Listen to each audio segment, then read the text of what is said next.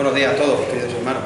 Os voy a hacer una pregunta a los que sois padres, pero una pregunta que es muy sencilla y que no hace falta prácticamente respuesta. ¿Qué haríamos o qué haríais por vuestros hijos? Lo que sea necesario, es la respuesta, lo que haga falta. Decía una famosa contertulia televisiva, una frase que se hizo muy conocida y muy famosa y que todavía se dice: yo por mi hija mato. A lo largo de la vida hacemos muchos sacrificios por ello. Tiempo, dinero, trabajo, cansancio, noches sin dormir, y si no, que se lo digan ahora a la Elvi. Y si hiciera falta, daríamos la propia vida por ello. Uno de los amores más grandes que hay en este mundo es el de un padre y una madre hacia sus hijos. Y hoy vamos a ver un caso extremo de amor de una madre hacia una hija. Una mujer dispuesta a hacer lo que sea para que su hija sea sanada. Y encima, una mujer extranjera. Por tanto, lo tenía todo en contra para ser ayudada. Es un pasaje de los evangelios que se habla y se comenta bastante poco. Y os invito a que abráis vuestras Biblias en Mateo capítulo 15, versículo 21, hasta el 28.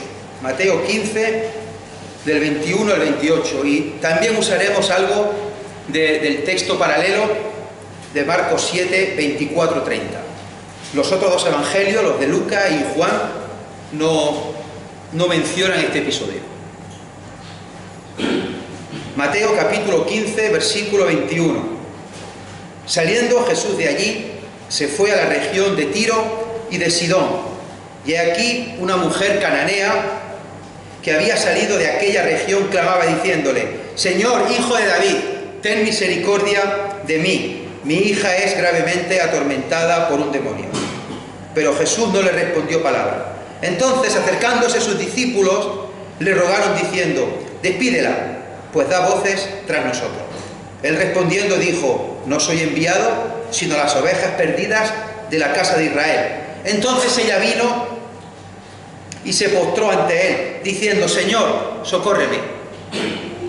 Respondiendo él dijo: no está bien tomar el pan de los hijos y echarlo a los perrillos. Y ella dijo: sí, Señor, pero aún los perrillos comen de las migajas que caen de la mesa de sus amos. Entonces respondiendo Jesús dijo: oh mujer, grande es tu fe, hágase contigo como quieres. Y su hija fue sanada desde aquella hora. Viendo el contexto más inmediato, Jesús está discutiendo con escribas y fariseos. Le dicen en el versículo 2 de este mismo capítulo: ¿por qué tus discípulos quebrantan la tradición de los ancianos? Porque no se lavan las manos cuando comen pan. Respondiendo él les dijo: ¿por qué también vosotros quebrantáis el mandamiento de Dios por vuestra tradición? Y ahora Jesús, en el versículo 21, dice que saliendo Jesús de allí, se fue a la región de Tiro y de Sidón. Estas dos ciudades estaban en Fenicia, que Fenicia a su vez era parte de Siria. Fenicia se extendía desde el monte Carmelo, que hemos estado viendo los jueves con Elías, hacia el norte, por la costa. Estaba entre Galilea y la costa. Era territorio extranjero. Luego, si podéis, si queréis, lo miráis en un mapa. Tiro, la ciudad de Tiro estaba a 65 kilómetros de Capernaum. Su nombre significa la roca, porque había un acantilado precioso que a su vez servía para hacer un puerto prácticamente inexpugnable. No se podía entrar ni atacar a ese puerto, porque estaba muy bien defendido por las rocas, por los acantilados. Y además hicieron allí una gran fortificación. Sidón estaba a 45 kilómetros de Tiro, un poco más hacia el norte, y a su vez a unos 100 kilómetros de Capernaum. Y al igual que Tiro, pues tenía otro puerto también rodeado de acantilados de roca y otra fortaleza impresionante. También hemos visto jueves atrás que Dios envió a Elías, a la viuda que estaba en Sarepta de Sidón. Y la ciudad de Sarepta es una ciudad que está entre Tiro y Sidón. A pesar de tener muchas cosas en común, eran dos ciudades, estas de Tiro y Sidón, que no se llevaban nada bien. Eran rivales. Cada ciudad tenía su propio rey, cada ciudad tenía sus propios dioses, cada ciudad tenía su propia moneda. A modo de curiosidad, también se recuerda que los fenicios, los marineros fenicios, entre ellos los de Tiro y Sidón, fueron los primeros en seguir rutas marítimas orientándose por las estrellas y las constelaciones del cielo. Y el Nuevo Testamento, ya por último, menciona bastante estas dos ciudades, como que mucha gente iba a escuchar y a ver a Jesús durante su ministerio. Mucha gente iba de Tiro y de Sidón a escuchar a Jesús allá durante su ministerio. Entonces, hermanos, la primera cosa que nos llama la atención en este versículo 21 es que Jesús estaba en territorio extranjero y estuvo varias semanas, tuvo un tiempo prolongado, porque después de aquí estuvo en Decápolis y luego en Cesarea de Filipo. Y se va al extranjero justo después de discutir con escribas y fariseos acerca de los alimentos puros, impuros, y acerca de los rituales que había que hacerse de lavamiento, acerca de comer y demás. Jesús se pudo ir allí al extranjero bien para descansar, bien para desconectar un poco, bien para quitarse un poco desde la continua polémica y enfrentamiento a la que le sometían los líderes religiosos. Quizás fue a prepararse antes de su última etapa, antes de volver y enfrentarse a la cruz del Calvario. Quizá necesitaba un tiempo de recogimiento con los discípulos para darle algún tipo de instrucciones, y mejor era irse a un sitio apartado donde la gente pues no lo conociera tanto. O quizás salió al extranjero para empezar a llevar el reino de Dios a todo el mundo, sin acepción de personas, a judíos y a gentiles.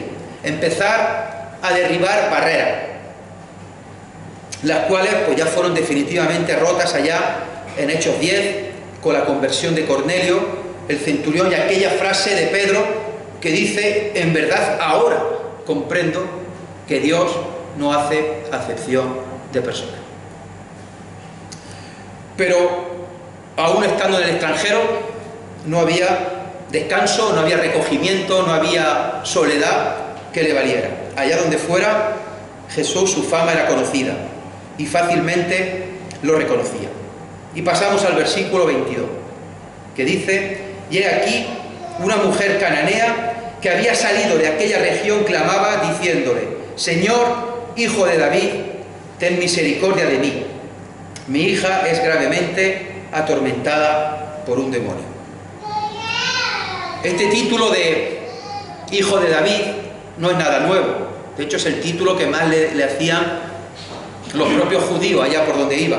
Y ya sabemos la connotación militar que ese nombre indicaba. Y también sabemos que Jesús procuraba evitar que le dijeran ese nombre, y él prefería hablar de sí mismo como el Hijo del Hombre.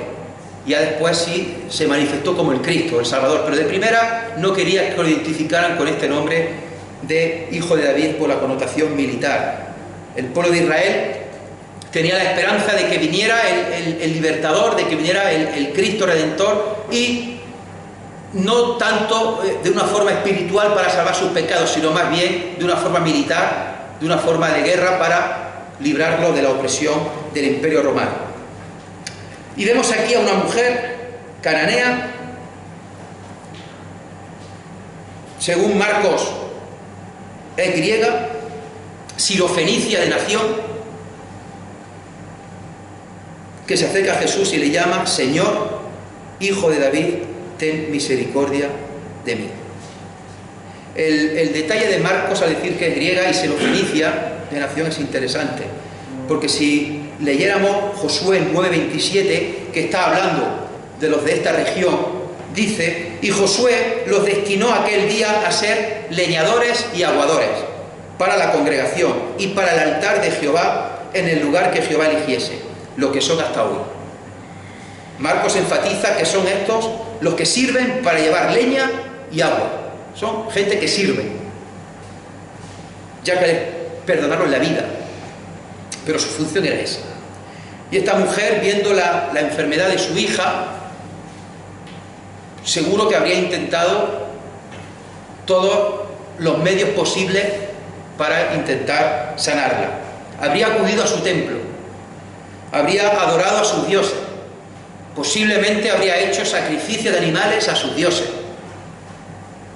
habría acudido a médicos, habría gastado mucho dinero, de la misma manera que aquella mujer que tenía flujo de sangre, que también había agotado todos los medios. Esta mujer pensó, me acerco por detrás y con que toque el manto del Señor me curaré, como así ocurrió. Seguro que habría buscado por todos los medios posibles intentar sanar a su hija. Una persona endemoniada, con problemas mentales. Muchas veces se asociaba esta enfermedad a problemas mentales o directamente que hubiera un demonio dentro. Por tanto, ella, aún teniendo su propia religión, sus propios dioses y sus propios medios para curar enfermedades, se desplaza también de país para ir a buscar a Jesús. Hermanos, si busca a Jesús no por una motivación espiritual, ella no va buscando una necesidad de Dios. Ella no va buscando sentirse pecadora y sentirse que Dios le perdona los pecados. Ella acude a Jesús desesperada porque su hija querida está gravemente enferma. Hermano, la importancia de los hijos en la vida de los padres, y en este caso de una madre. Hace y hacemos lo que haga falta por ella. La niña está enferma y necesita curación, y ha oído de un tal Jesús al que llaman hijo de David, que hace milagros, que está sanando gente, y en su impotencia, por no encontrar nada que pueda curar a su hija, acude a Jesús. Hermanos, ¿qué no haríamos por nuestros hijos? Una madre que no le importa hacer el ridículo, que no le importa llamar la atención de esa manera, a voces, detrás de Jesús y de los discípulos, porque para ella lo primero es su hija, y lo demás le importa un rábano. Y ella gritando, Jesús, hijo de David, ten misericordia de mí. ¿Os acordáis también de aquel ciego, de Bartimeo, allá en la puerta de Jericó, que oye ruido y pregunta qué pasa? Dice, no, que viene Jesús de Nazaret. Corriendo se levanta y que empieza a gritar lo mismo. Jesús, hijo de David, ten misericordia de mí. Y gritaba más fuerte lo mismo. Y la gente le decía, cállate ya, hombre, que estás molestando. Y él más y más gritaba. Hasta que Jesús se dio la vuelta y le dijo, ¿qué quieres que te haga? Y él dijo, Señor, que vea. De nuevo un caso de una persona que se dirige a Jesús no para buscar algo espiritual, sino para que Dios le sane de una enfermedad física. La reacción de los discípulos, versículo 23, es cuanto menos curiosa y llamativa. Dice la segunda parte del versículo 23, entonces, acercándose sus discípulos, le rogaron diciendo, despídela, pues da voces tras nosotros. Ven que Jesús no hace caso, no le hace caso a la mujer, que él siga andando, y la mujer detrás dando voces, molestándola.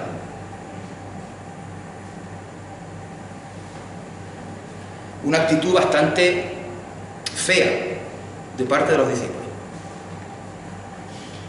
Claro, se supone que van a un lugar retirado, se supone que van a un lugar que están apartados de la continua polémica y oposición de escribas y fariseos.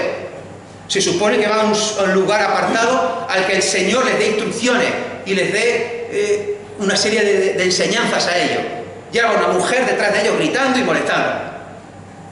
Claro que es una molestia. Vale, se está molestando.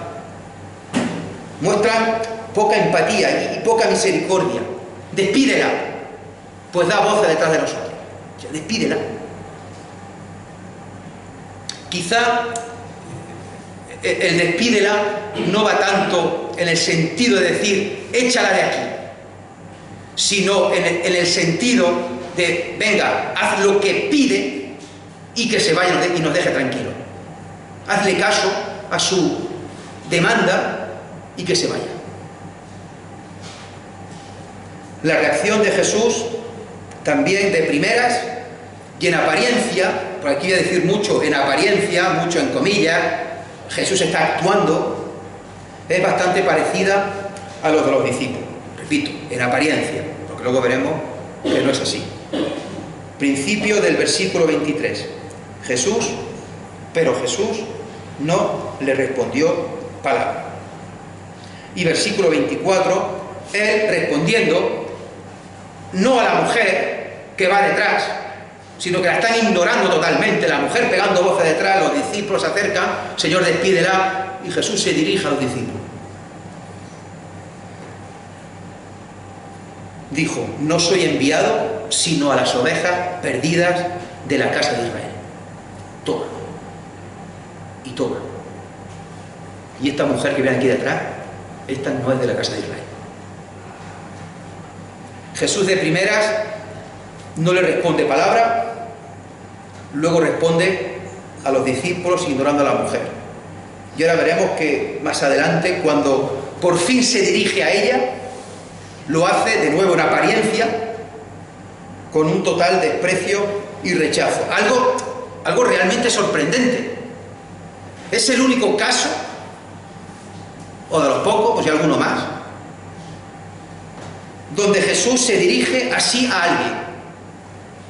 Y por eso, hermanos, si no se estudia bien el texto, si no se analiza bien, si no se profundiza bien, pues uno puede entrar en una lectura superficial y errónea. Y, por supuesto, estar equivocado con la forma de actuar de Jesús. Por eso es importante el estudio de la palabra de Dios. Y por eso el que está aquí, los que no estamos aquí, tenemos una responsabilidad muy grande de explicar en la medida de nuestras limitaciones y de nuestro conocimiento, intentar explicar el texto. Y ahora comienza un diálogo realmente fascinante, en el cual hasta el mismo Jesús se sorprende, si me permitís la expresión, se sorprende al final. Versículo 25. Entonces ella vino y se postró ante él diciendo, Señor, socórreme. La mujer hay que reconocer que era persistente o cansina.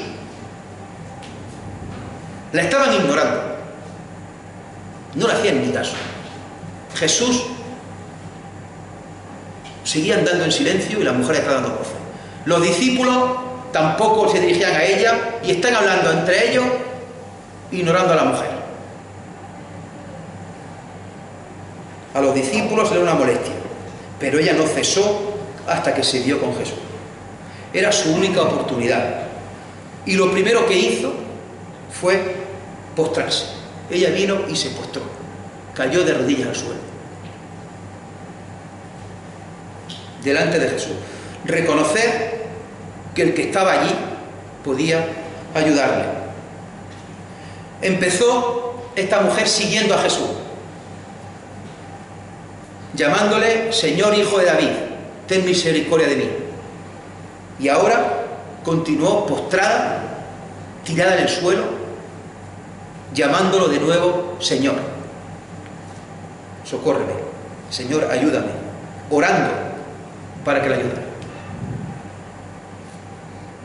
Hermanos, nosotros en nuestras oraciones hacemos igual, o debemos hacer igual. Primero, comenzamos adorando la majestad de Dios, adorando su soberanía, su omnipotencia, dándole gracias por lo grande que es, por el amor que tiene para con nosotros, por su misericordia infinita, por su gracia. Y después de eso, hacemos nuestras peticiones. La mujer fue tremendamente en serio, con una fe muy grande. Hermanos, y nosotros cuando oramos, ya lo decíamos también el jueves pasado, y también lo ha mencionado Juanpi, ¿vamos en serio? ¿Qué hacemos aquí? ¿Creemos en el poder de la oración? ¿Creemos en el poder de la palabra de Dios? Esta mujer extranjera creía firmemente en el poder de Jesús. ¿Lo creemos nosotros?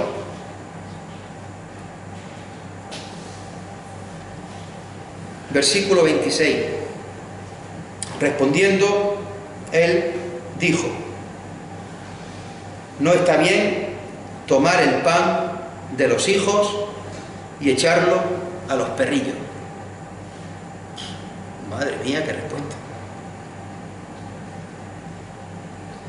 Primero silencio, luego le dice a los discípulos que ha venido solamente a ayudar a las ovejas de Israel, y ahora esto. Compara a ella en su misma cara, a ella y a su hija enferma, con un perro.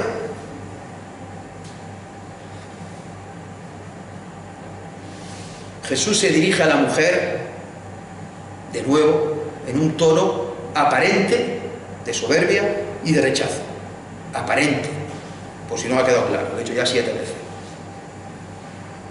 Lo hace, como digo, como lo haría cualquier líder del pueblo de Israel de aquella época.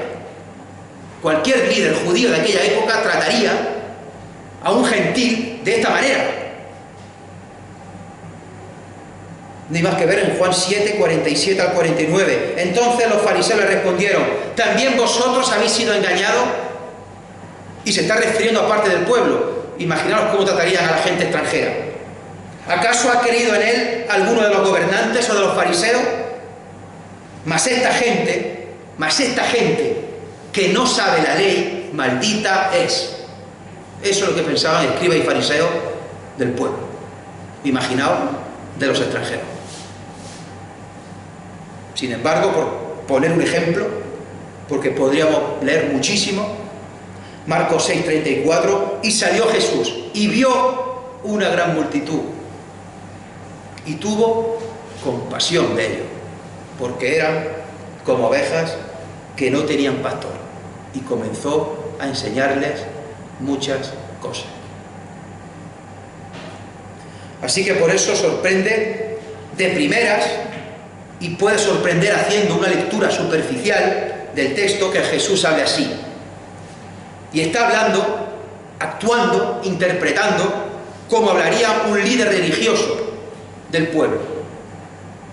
Lo que está diciendo es lo normal, es lo lógico,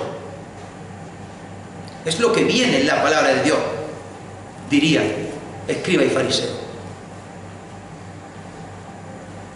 Y le dice: no está bien tomar el pan de los hijos y echarlo a los perrillos. Le dije el otro día a Lucía que iba a hablar de perros hoy,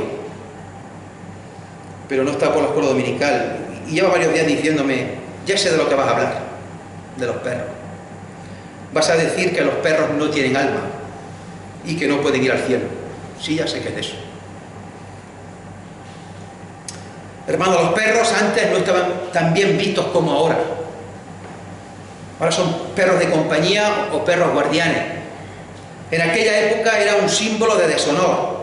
Y de siempre comparar a una persona con un perro ha sido un insulto. Lo era antes y lo es también ahora.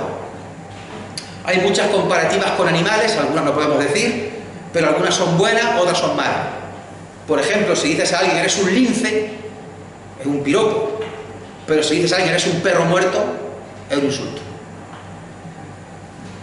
En aquella época llamar perro a alguien ya era un insulto. De hecho, los judíos llamaban perros a los gentiles, perros a los infieles, y más tarde llaman perros a los cristianos. En aquella época había muchos perros salvajes, sueltos, vagando por las calles, buscando restos de comida, algunos rabiosos y con enfermedades. Y la gente pues procuraba echarlos con palos y que se fueran de las ciudades. Mateo 7:6, no deis lo santo a los perros, ni echéis vuestras perlas delante de los cerdos, no sean que las pisoteen y se vuelvan y os despedacen. Filipenses 3:2, guardaos de los perros, guardaos de los malos obreros, guardaos de los mutiladores del cuerpo. Y aquí, perro pues, va dirigido siempre a alguien en concreto, que no vamos aquí a entrar en detalles porque no nos ocupa el tiempo de hoy. Apocalipsis 22:15, mas los perros estarán fuera, y los hechiceros, los fornicarios, los homicidas, los idólatras y todo aquel que hace y ama mentira. En los tres casos, como digo, son insultos y se refieren a diferentes tipos de personas.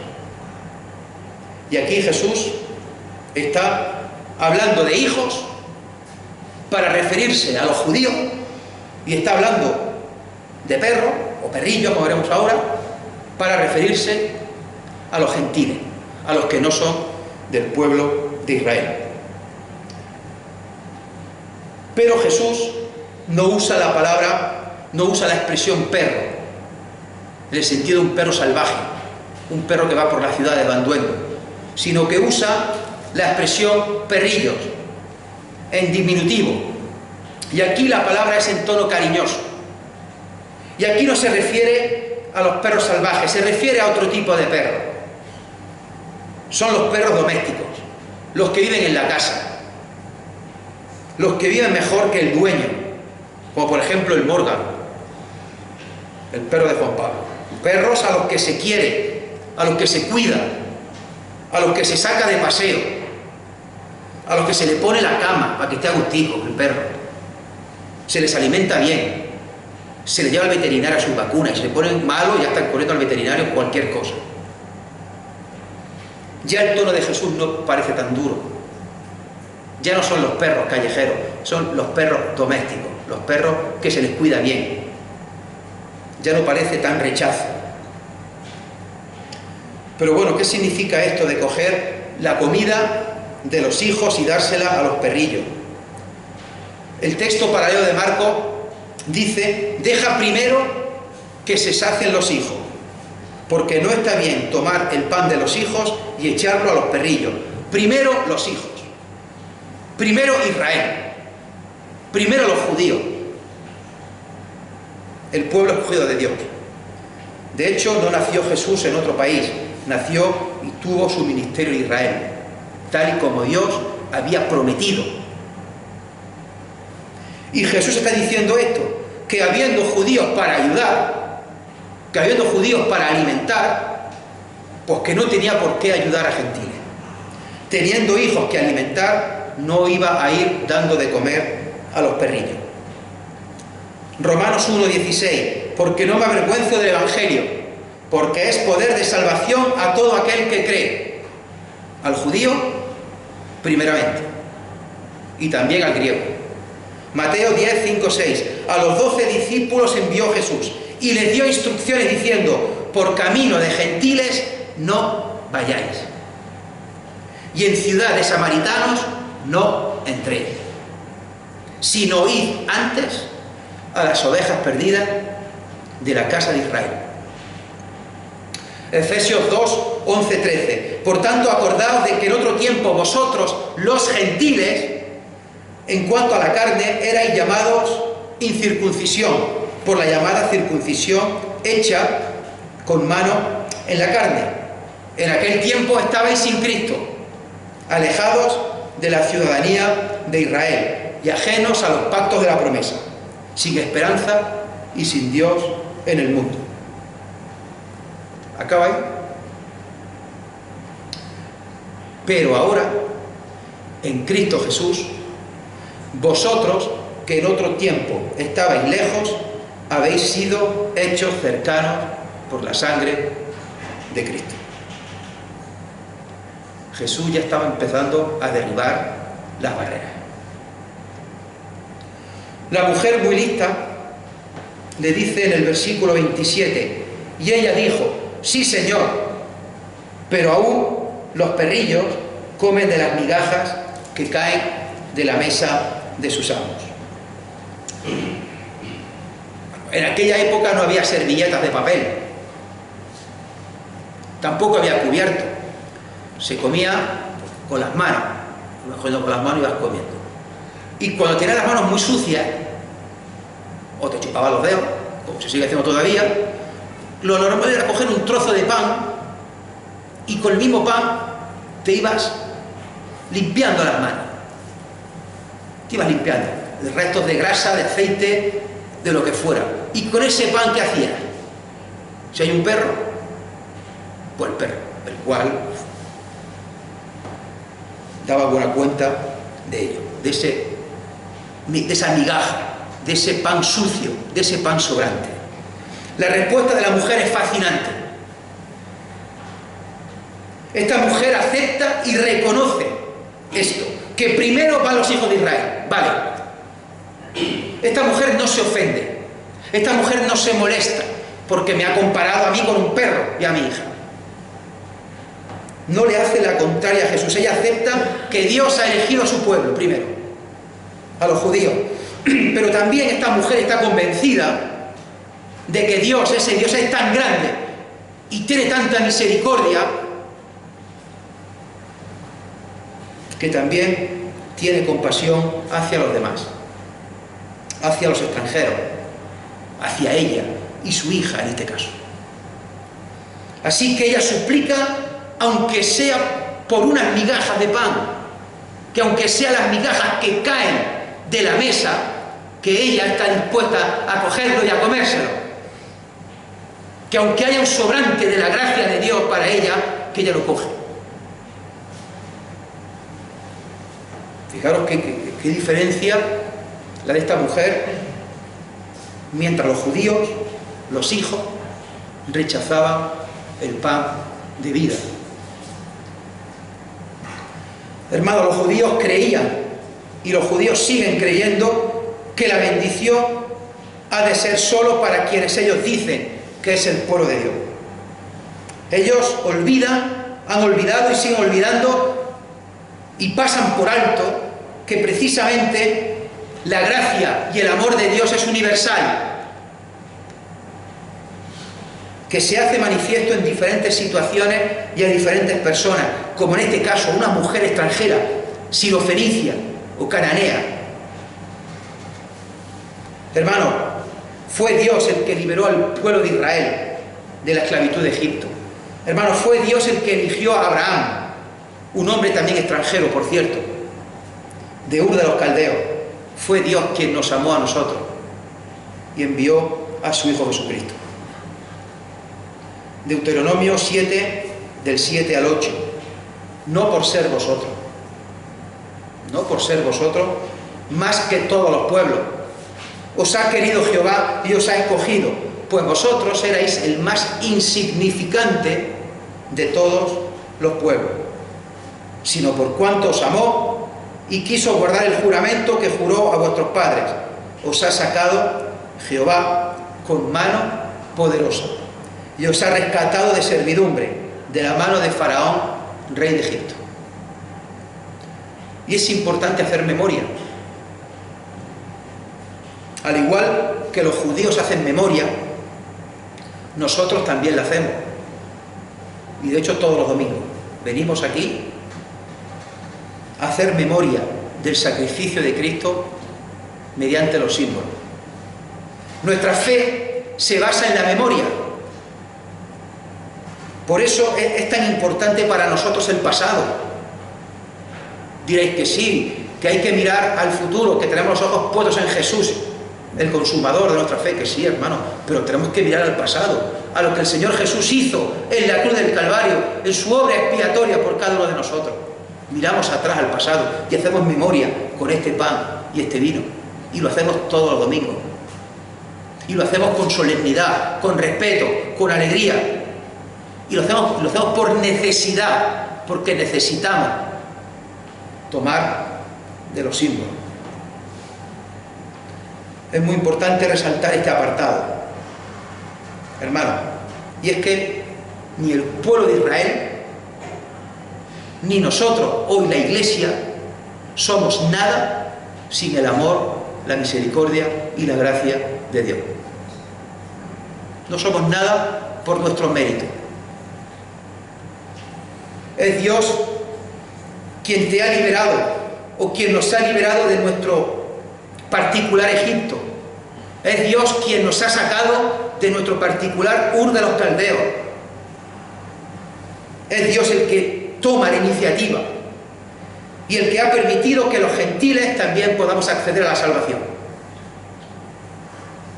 Hermanos, a Él sea la gloria por los siglos de los siglos, porque para siempre es su misericordia, y es más grande que los cielos. La Gesed de Dios, esa palabra hebrea tan preciosa, la Gesed de Dios, palabra que es imposible de traducir en nuestro idioma en una sola palabra, porque no hay palabra en nuestro idioma que implique todo lo que implica la palabra Gesed, y que traducimos por aproximación, por misericordia o gracia.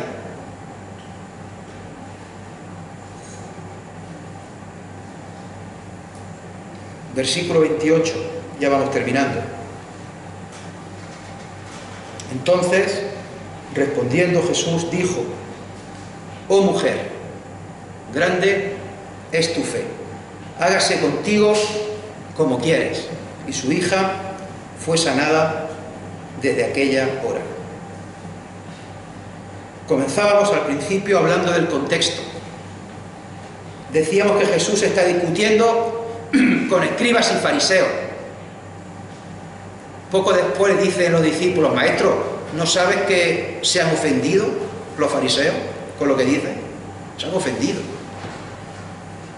Sale Jesús al extranjero y allí se encuentra con una mujer que se acaba postrando a sus pies, pidiendo ayuda. Y Jesús le dice que su fe es grande y que se haga con ella como quiere. Y su hija fue sanada. Los líderes del pueblo de Israel ofendidos, discutiendo, haciendo ya complot para perseguirlo y para matarlo, y va al extranjero una mujer, posiblemente viuda, no se sabe, pero es posible, porque iba sola, y Jesús le dice: grande es tu fe. Hermano, la tendencia de las religiones siempre es hablar en nombre de los dioses. Es poner en boca de ellos lo que se ha de hacer y lo que no se ha de hacer. Así habían hecho los escribas y los fariseos, poniendo pesadas cargas al pueblo, cargando y cargando y cargando al pueblo. Y así hace también algunas personas hoy día, poner cargas y cargas y cargas a la gente. Hermanos, hay que ser muy humilde a la hora de predicar, hay que ser muy humilde a la hora de compartir la palabra de Dios. Hay que estar bien preparado, hay que estudiar mucho antes de tener aquí una predicación de 40, 45, 50 minutos, muchas horas. Hay que empaparse del texto, hay que estudiarlo en profundidad. No basta con leerlo, venir aquí, volver a repetir lo mismo y soltar palabras y palabras sin ton ni son. Hermanos, tampoco podemos meter a Dios en un cajón de nuestro contexto, con nuestros prejuicios de antemano, y a partir de ahí ya interpretamos. No podemos, hermanos, limitar a Dios, porque Dios no tiene límite, al menos respecto a su misericordia. La actuación de Jesús, una vez más, es desconcertante. Desconcierta a cualquiera.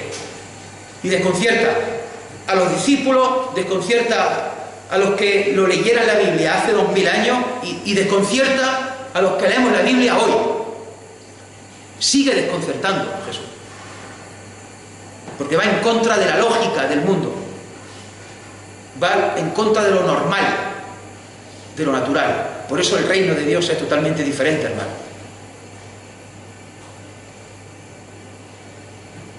Desconcierta a Jesús porque después de un aparente silencio, después de que dejan a la mujer aquí atrás y ellos se ponen a hablar de ella, despídela, después parece parece incluso que está actuando con soberbia y con rechazo al comparar a esta mujer y su hija con perrillos. Pero hermano, lo que estaba diciendo es lo normal, es lo lógico, es lo que cualquier líder religioso de la época hubiera dicho, y es lo que hay. Que la salvación es solo para ellos, que ellos son el pueblo escogido por Dios. Cuidado, el pueblo somos nosotros. Cuidado, las promesas son nuestras. Cuidado, los pactos son nuestros. Vosotros, los gentiles, perros callejeros. Bueno, cuidado con actuar también nosotros de esta manera con la gente de fuera. De creernos que somos más que nadie. De creernos que somos los mejores. Y hermano, ni tú ni yo somos nada. Y si somos algo, es gracias a su misericordia y gracias a su amor. Porque si fuera por tus méritos, por los míos, no somos nada. Jesús comienza a derribar las barreras antes de enfrentarse a la última etapa de su vida, de vuelta a Jerusalén, donde allí sería crucificado por ti y por mí. Allí Dios derribó todas las barreras y todos somos salvos por igual, si aceptamos a Jesús como Señor y Salvador de nuestras vidas. A esta mujer le movió el amor hacia su hija. Ella podía ser extranjera, podía adorar a otros dioses, pero tenía en el corazón ese amor, que es el reflejo del amor de Dios a sus hijos. El amor le movió a salir al encuentro de ese extranjero. Fue el amor lo que le hizo aceptar el silencio de primera. Fue el amor lo que le hizo aceptar que de primeras pasara de ella, que no le hiciera ni caso. Fue el amor lo que le hizo que soportara el desprecio de los discípulos. Despídela, que nos molesta. Despídela, que nos molesta. Que va dando voz detrás de nosotros. Fue el amor lo que le hizo soportar que Jesús no se dirigiera a ella, sino a los discípulos. No, es que yo he venido a salvar a las ovejas perdidas de Israel.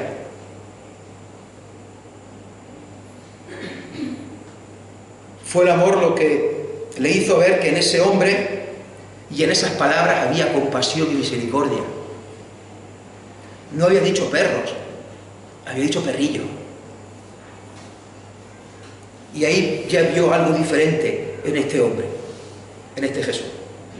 Seguro que además en el tono de decirlo, seguro además que la forma de mirarla, la forma de decírselo era diferente. Fue el amor lo que le hizo caer postrada a los pies de Jesús y decirle: Señor, socórreme. Fue el amor lo que le hizo ver que Dios es grande y misericordioso. Y que aunque tuviera un pueblo escogido, no podía estar ajeno al dolor de los demás. En definitiva, hermano, no hay más fuerte, no hay nada más fuerte, ni nada más cerca de Dios que el amor.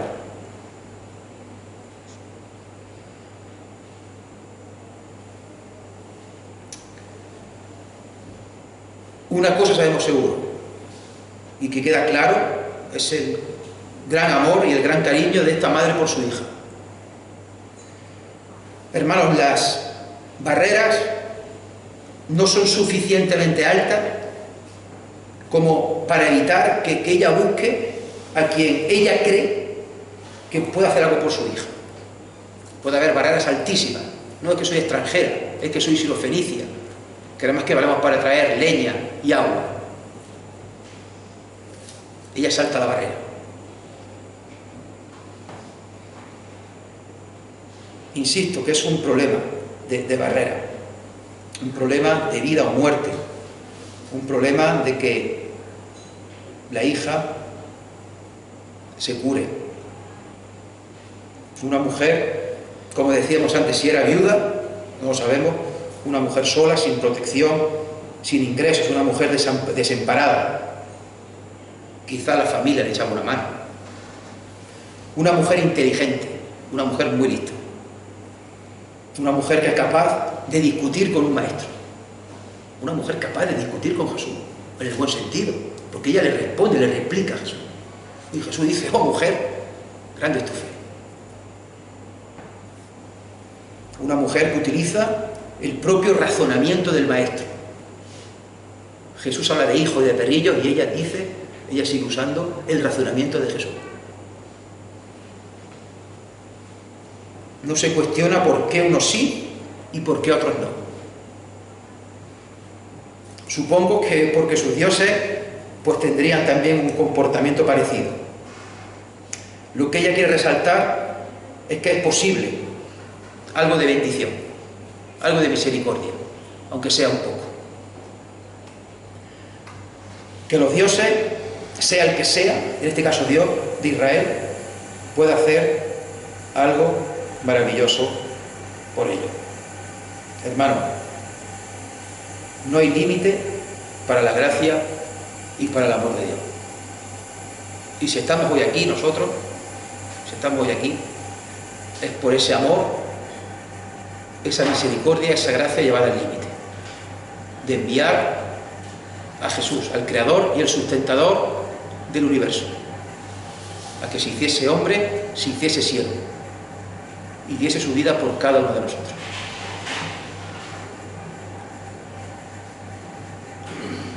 Señor y Padre, te damos gracias por este día en el cual podemos venir aquí a honrar y a alabarte y a glorificarte como tú solo mereces. Señor, estamos realmente fascinados con tu palabra. Y estamos, Señor, fascinados y no podemos comprender ese amor tan grande, llevado hasta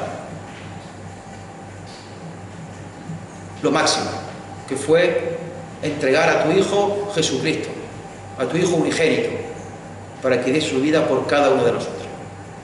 Gracias, Padre, porque somos tu pueblo, porque somos tus hijos, porque nos quieres como a la niña de tus ojos.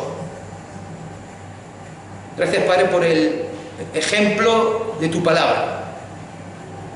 Gracias, Padre, porque nos muestra las personas pues, tal y como son.